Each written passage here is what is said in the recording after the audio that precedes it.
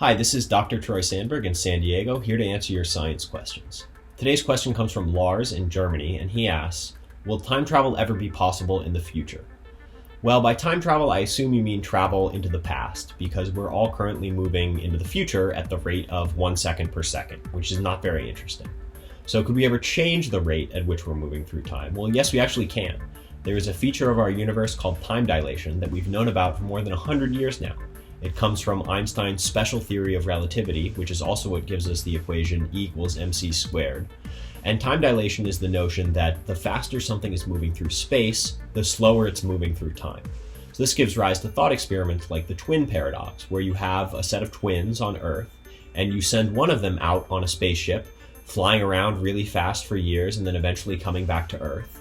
And now, because that twin on the spaceship was moving so fast compared to the twin who stayed on Earth, time has moved more slowly for that twin, and the twins are different ages. And that sounds pretty crazy, but time dilation is something you experience in your day-to-day life in the form of GPS. So the Earth has satellites, global positioning satellites, orbiting it at a fast speed compared to things on the surface of the Earth. And that means those satellites experience time passing differently. And if we did not build into their software corrections for that different rate of time they're experiencing versus things on Earth, we would never be able to accurately position things on Earth with GPS. So okay, you can change the rate at which you're moving through time. Could you ever actually move backwards in time? Well, let's take those twins and the rocket ship, and instead of twins, we now have a wormhole, which is a theoretical thing you can have in space where you hop in one end of the wormhole, you pop out of the other end, they're linked, and you never had to move through the space in between them. And so now let's take one of these wormhole ends, fly it all around, moving really fast, then move it back to wherever we want it.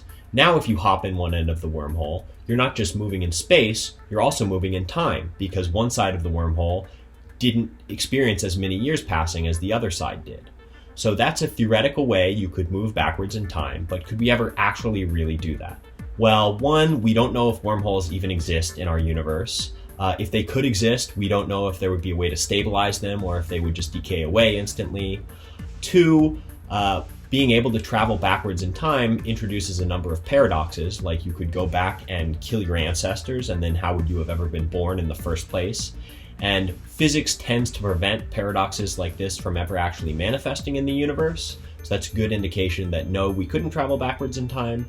And three, Stephen Hawking once held a party for time travelers, but he didn't announce it until after he'd already held it, and no one showed up. So we have a number of independent pieces of evidence indicating that no matter how good our technology gets in the future, we probably won't ever be able to travel backwards in time. But hey, we can change the rate at which we're moving forwards in time, and that's pretty cool.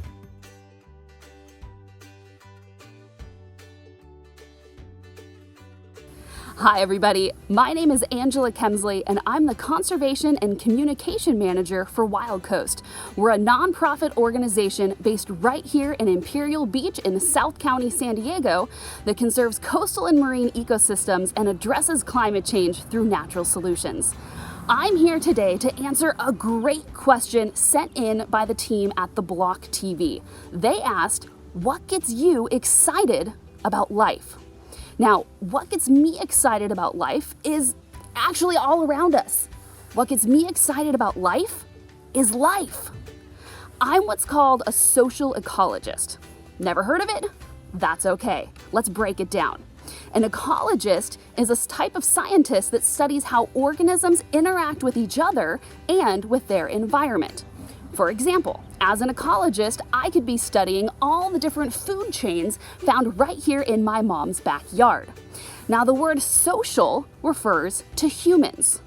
So I'm a special type of ecologist that studies how humans interact with their environment.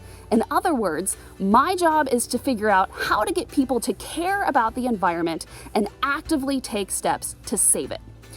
I work to protect California's network of what's called marine protected areas, also known as MPAs. MPAs are kind of like underwater state parks. There are 124 of them right here in California that protect some of the most beautiful and ecologically important wetlands, sandy beaches, rocky reefs, and kelp forests all throughout the state. MPAs also protect important blue carbon ecosystems, such as salt marshes and seagrasses, that help increase climate resiliency. Have you ever been to Bataquitos Lagoon or San Elijo? What about Swamis or La Jolla Shores? Cabrillo or the Tijuana River mouth? Well, guess what? You have been to an MPA. So what can you do to protect these beautiful places? But wait, what can I do? I'm not a scientist. Well, close your eyes for a second. Seriously, close them. And I want you to imagine a scientist. What do you see? Do you see an older man with a lab coat and glasses and crazy hair? That's what many of us think of when we think of a scientist. But could this person still be a scientist even if they weren't wearing a lab coat? Yes. What if they weren't wearing glasses? Yeah. What if they didn't have crazy hair? Yeah, they still could be. Now, what if they were a woman? Well, I already gave that one away because I said that I'm a scientist. Now, believe it or not, you do science every day. When you cook, when you figure out what to wear based on the weather, when you troubleshoot why your phone won't turn on. Science is a part of our everyday lives.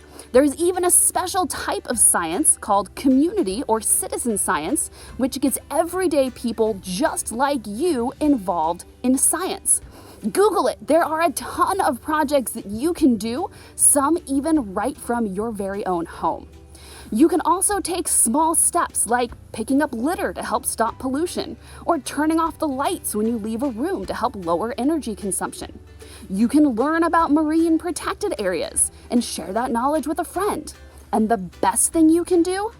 Research which marine protected areas that you want to visit once the world reopens, and then go visit it and have fun. MPAs are designed to help increase biodiversity and abundance of sea creatures, but also to provide amazing recreational opportunities for people, and that should get all of us excited about life.